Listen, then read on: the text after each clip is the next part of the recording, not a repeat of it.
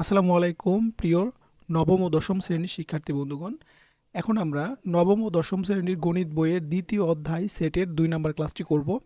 ২ নম্বর ক্লাসে আমরা দেখব সসীম সেট, অসীম সেট। তো সসীম সেট কাকে বলে আমরা একটু সংজ্ঞাটা দেখে নিই। যে সেটের উপাদান সংখ্যা গণনা করে নির্ধারণ করা যায় তাকে সসীম সেট বলে।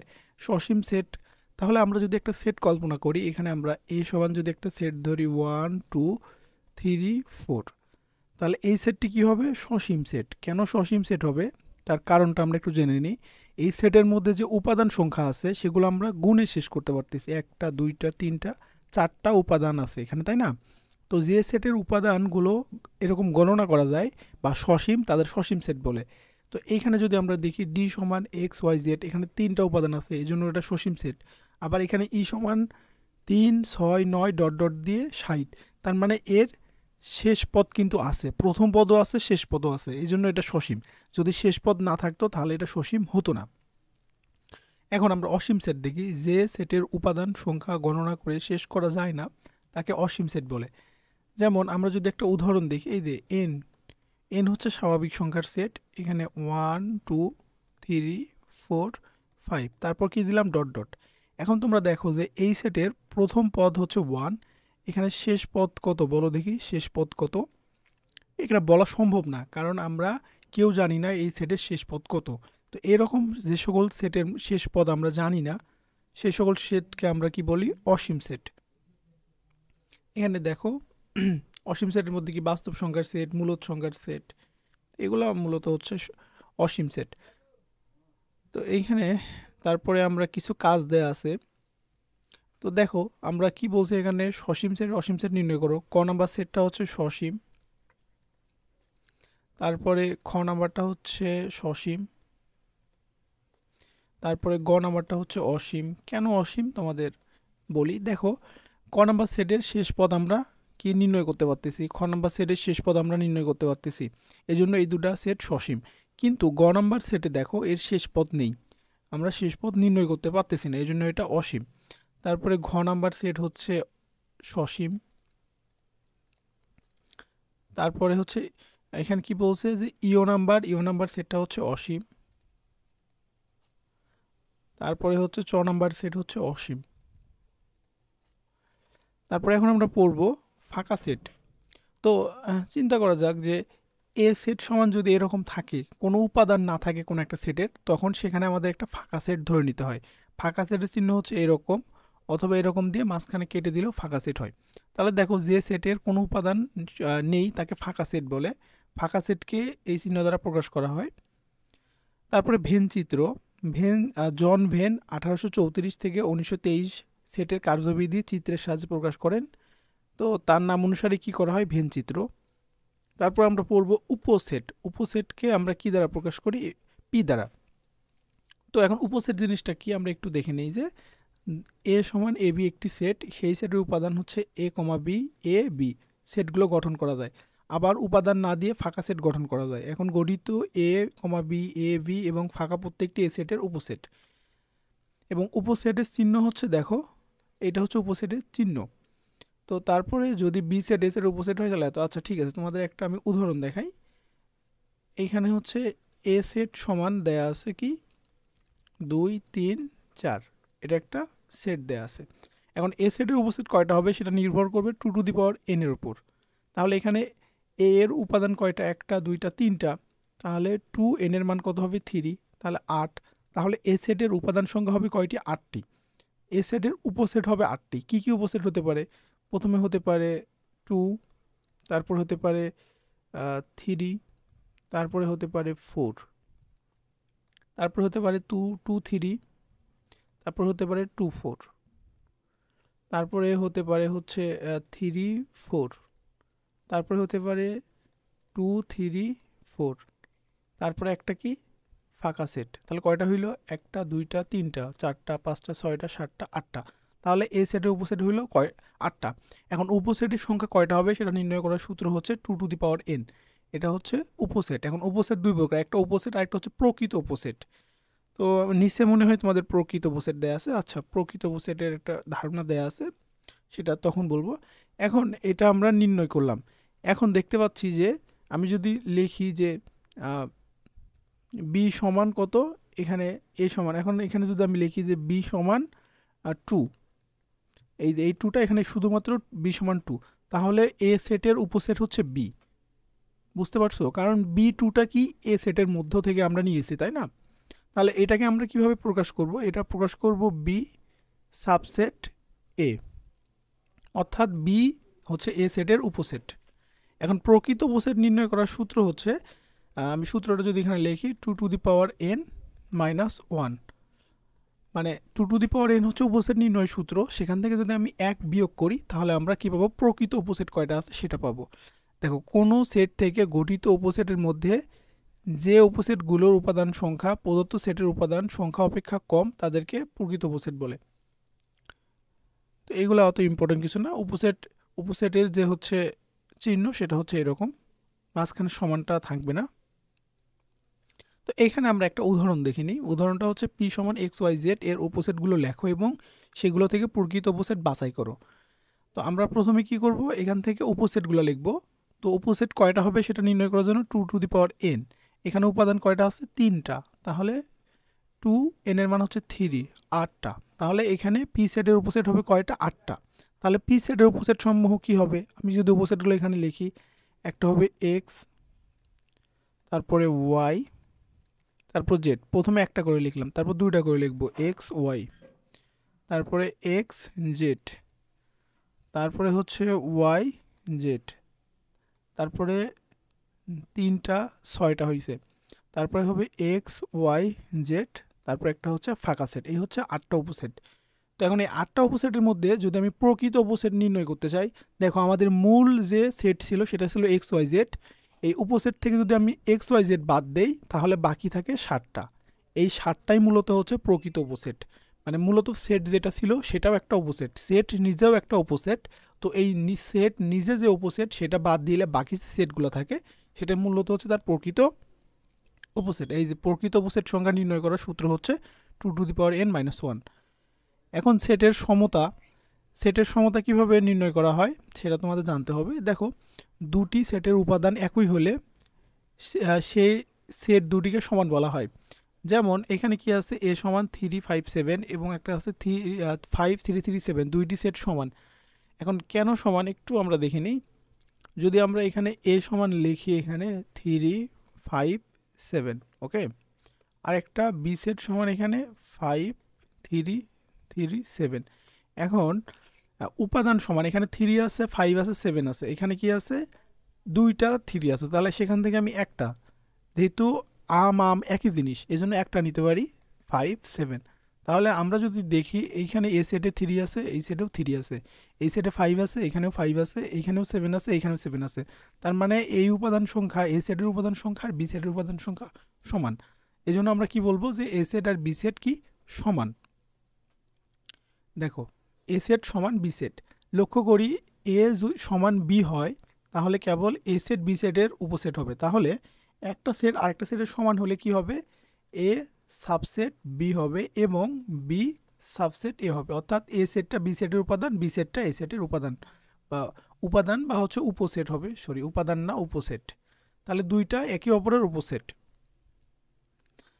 এখানে একটা জিনিস বলা আছে, দেখো, বিশেষ দ্রষ্টব্য, যে সেটের উপাদানগুলোর ক্রম বদলালে বা কোনো উপাদান পুনরাবৃত্তি করলে সেটের কোনো পরিবর্তন হয় না।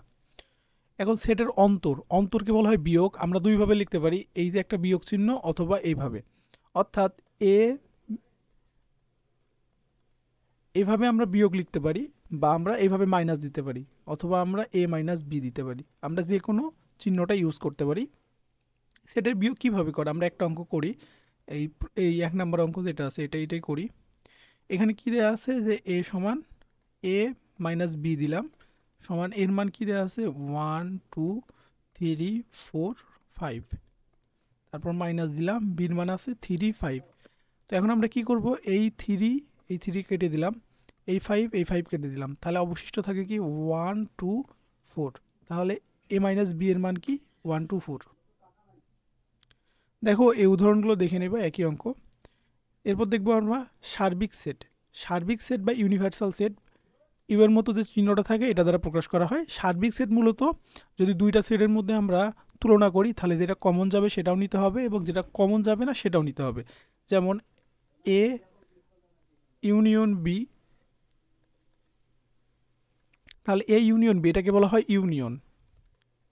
এ ইউনিয়ন বি যদি হয়, এর মান যদি হয় কত, এর মান ধরলাম 1 2 3 4, তারপর হচ্ছে ইউনিয়ন বির মান ধরলাম 2 5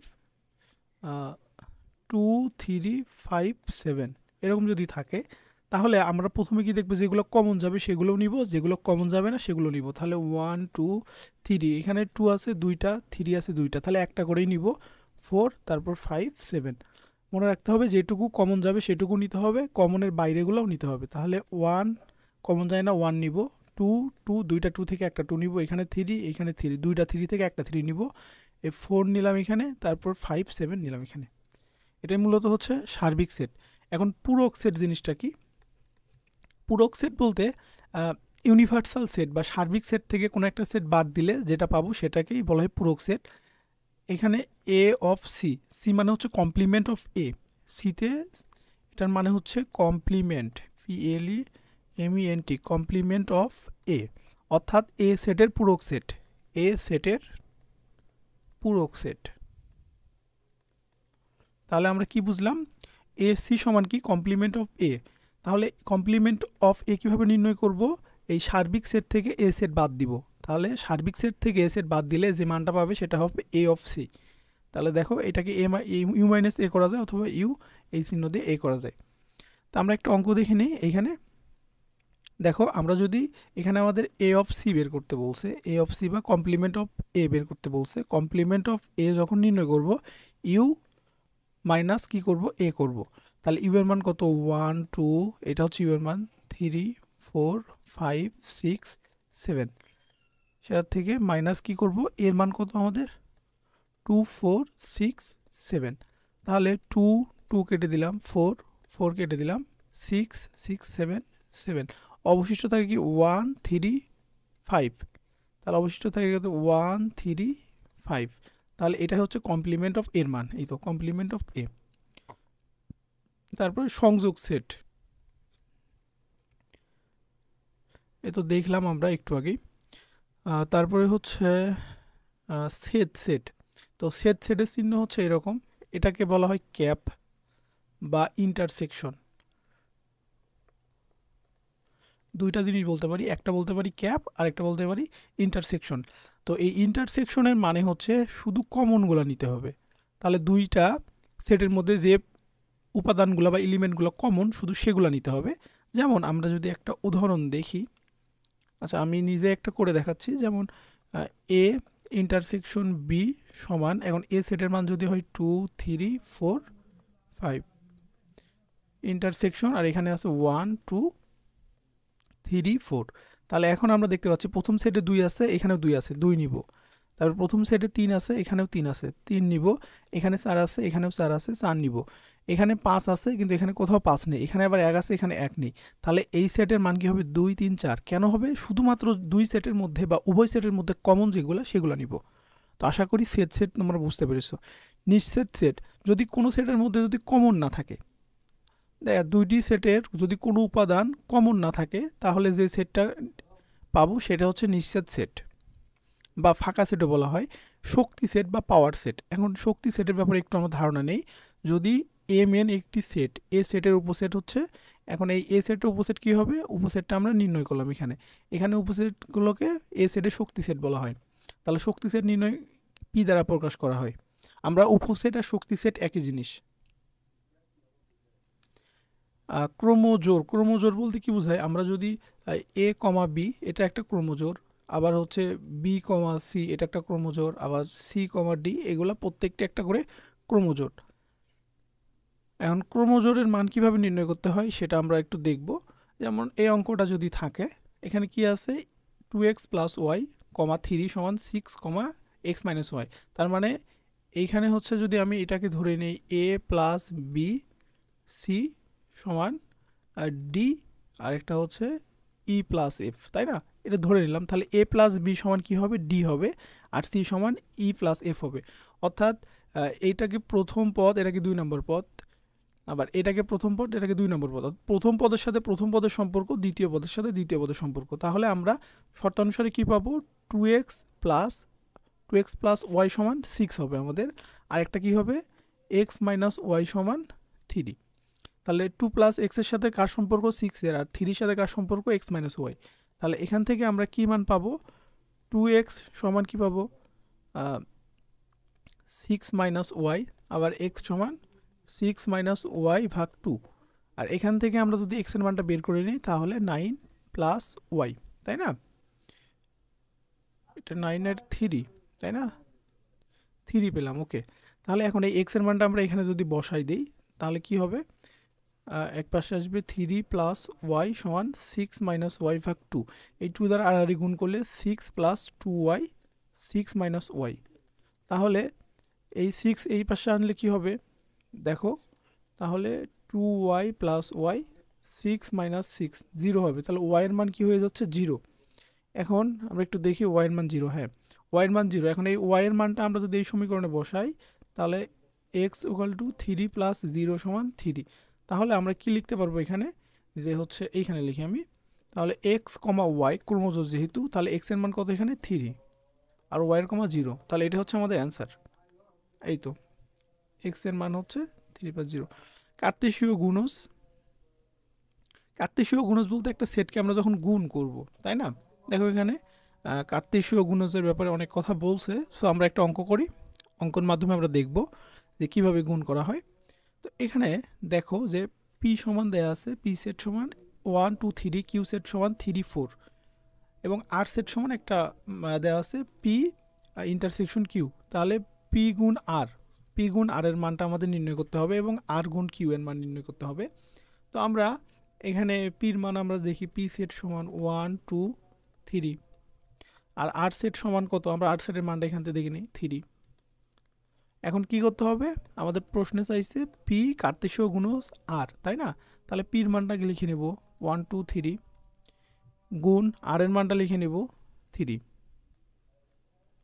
এখন আমরা কি করব? গুণ করে দিব, জোড়ায় জোড়ায় গুণ করব। এই 3 এর সাথে 1 গুণ করলে কি হবে? যদি করি 1 3 হবে, এক জোড়া হয়ে গেল।